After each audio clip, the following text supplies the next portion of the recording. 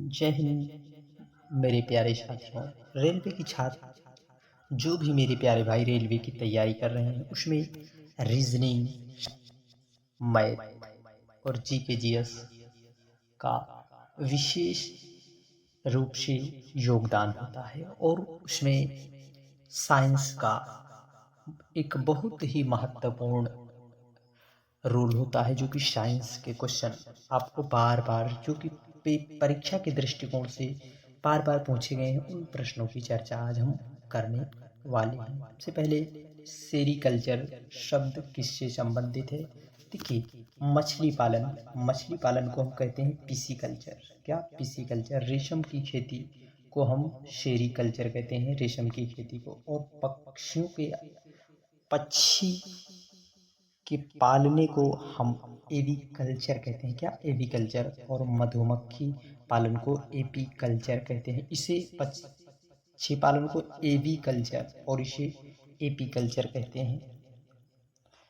इसलिए हमारा right answer option B होगा। बढ़ते हैं अगले प्रश्न में। अगला प्रश्न हमारा पक्षियों के अध्ययन को। देखिए, जैसे पीछे क्वेश्चन में जो है किया गया, देखिए पक्षियों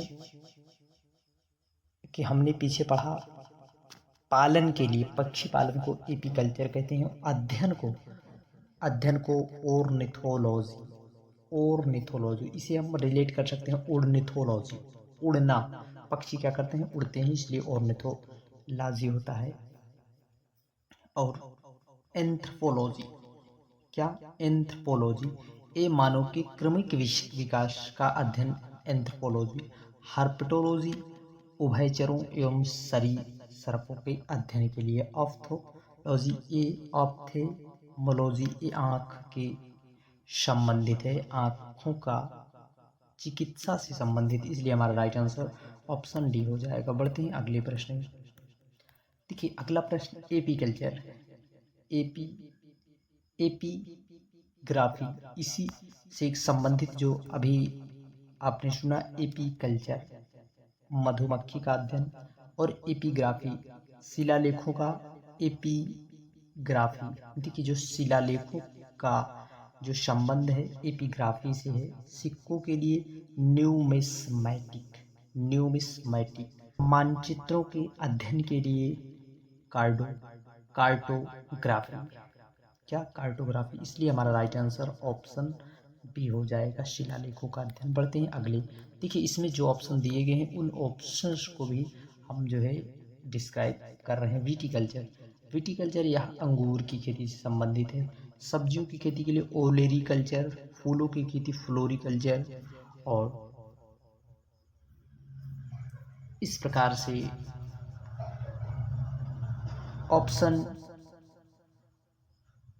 सी हमारा अंगूर की खेती विटीकल्चर। बढ़ते हैं अगले प्रश्न में। देखिए, ये जो प्रश्न है ये आपको परीक्षा में देख सकते हैं, आपको परीक्षा में देखने को मिल सकते हैं, क्योंकि रेलवे मतलब पीवाईक्यू। यदि आप प्रीवियस ईयर क्वेश्चन कर रहे हैं तो निश्चित है कहीं आप सफलता की ओर जरूर जा रहे हैं। आपको जितना हो सके प्रीवियस ईयर आप बना ले, क्योंकि परीक्षा में ज़्यादा दिन बचे नहीं हैं।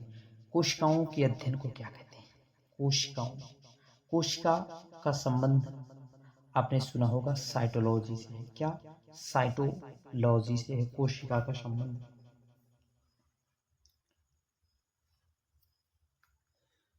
बढ़ते हैं अगले प्रश्न में।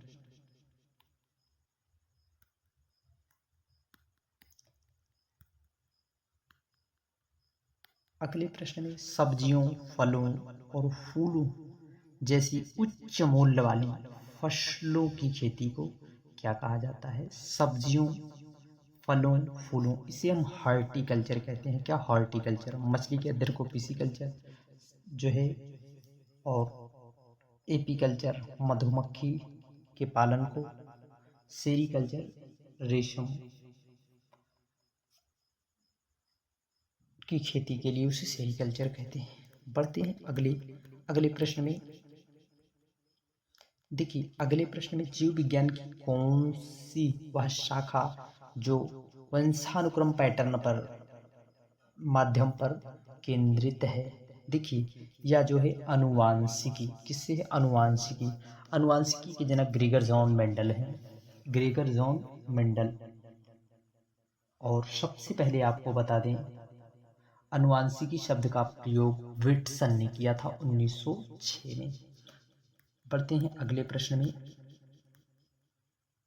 अगला यह प्रश्न एक केमिस्ट्री, ये आपका रसायन विज्ञान से संबंधित है। एक शुद्ध पदार्थ, देखिए घोल घोल शुद्ध हो नहीं सकता, वो भी चीनी का है। दूध में भी कुछ ना कुछ मिला होता है। वायु में तमाम प्रकार की गैसें, परंतु मेथेन CH4 यह जो है एक शुद्ध पदार्थ है। मेथेन गैस जो है दलदली क्षेत्रों से निकलती है, जैसे धान के खेत से, में अत्यधिक तीव्रता से विसरण होता है। देखिए विसरण विसरण जो है अत्यधिक तीव्रता से होता है गैसों में। किसमें? गैसों में। सबसे तेज गैसों में, फिर उससे कम जो है द्रव में, फिर सबसे कम ठोस में। देखिए नीचे दी गई आकृति से आप इसमें से क्या अनुमान नहीं लगाया जा सकता? इसमें से क्या अनुमान नहीं लगाया जा सकता? देखिए इनमें से ठोस का आप अनुमान लगा सकते हैं, लिक्विड का भी लगा सकते हैं और गैस का भी लगा सकते हैं, परंतु ये प्लाज्मा जो है, प्लाज्मा, इसका प्लाज्मा एक तरल है जो कि शरीर की संपूर्ण कोशिकाओं में मौजूद होता है, इसलिए हमारा राइट आंसर ऑप्शन बी हो जाएगा। प्लाज्मा की कोई भी हम अनुमान नहीं लगा सकते। बढ़ते हैं अगले प्रश्न में। अभी तक वैज्ञानिकों द्वारा कितनी अवस्थाएं खोजी गई है? 5। कितनी? 5। ठोस, द्रव, गैस, प्लाज्मा, बोस आइंस्टीन कण। बोस आइंस्टीन कंडेंसेट 5वीं अवस्था है। अगला, ठोस के कणों में संदर्भ में निम्नलिखित में से कौन सा सही है? देखिए ठोस में जो है व्यवस्थित तरीके से कैसे व्यवस्थित तरीके से विन्यासित होते हैं ठोस के कण जो है, इसलिए हमारा राइट आंसर ऑप्शन सी हो जाएगा। गैसों में गैसों के कण दूर दूर होते हैं और लिक्विड में कम दूर होते हैं, और इसमें पास पास होते हैं और एक घना भी होता है। देखिए इनमें से किसकी अणुओं के बीच आकर्षण बल सर्वाधिक होता है? देखिए आकर्षण बल ठोस में सर्वाधिक होता है। किसमें? ठोस में। ठोस में सबसे ज़्यादा, फिर उससे ज़्यादा, फिर उससे कम गैस, सबसे द्रव में सबसे कम जो होता है गैस में आकर्षण बल सबसे अधिकतम जो है ठोस में होता है। बढ़ते हैं अगले प्रश्न में। देखिए अगले प्रश्न में देखिए विद्युत शक्ति का एसआई मात्रक, जो विद्युत शक्ति का एसआई मात्रक होता है वह होता है क्या? वाट। एसआई मात्रक न्यूटन, बल का मात्रक कैलोरी, ऊष्मा या ऊर्जा को। विद्युत शक्ति का जो वाट मात्रक होता है वाट होता है। आवर्धन की कोई इकाई नहीं होती, आवर्धन की इसमें कोई भी इकाई नहीं होती जो है। राशि का मात्रक वोल्ट एम्पियर होता है। किसका? Volt ampere.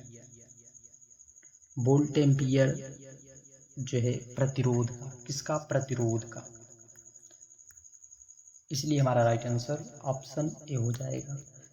धारा, करंट, प्रतिरोधकता। प्रतिरोधकता की इकाई जो होती है जो है ओम मीटर होती है। क्या? प्रतिरोधकता ओम मीटर और प्रतिरोध की ओम होती है। इसमें आप बहुत से मेरे भाई जो है कन्फ्यूजन में रहेंगे। देखिए प्रतिरोध, यदि प्रतिरोध लिखा है तो आप ओम लगाएंगे, यदि प्रतिरोधकता लिखा है तो आप ओम मीटर लगाएं। इस बात का विशेष ध्यान रहे। प्रेरित विभवांतर, प्रेरित विभवांतर को भी वोल्ट से दर्शाते हैं। किससे? वोल्ट से। बढ़ते हैं अगले प्रश्न में। अगला प्रश्न जो है कौन सा ऊष्मीय ऊर्जा की इकाई नहीं है? ऊष्मीय ऊर्जा की इकाई जो है किलोवाट, किलोवाट नहीं है।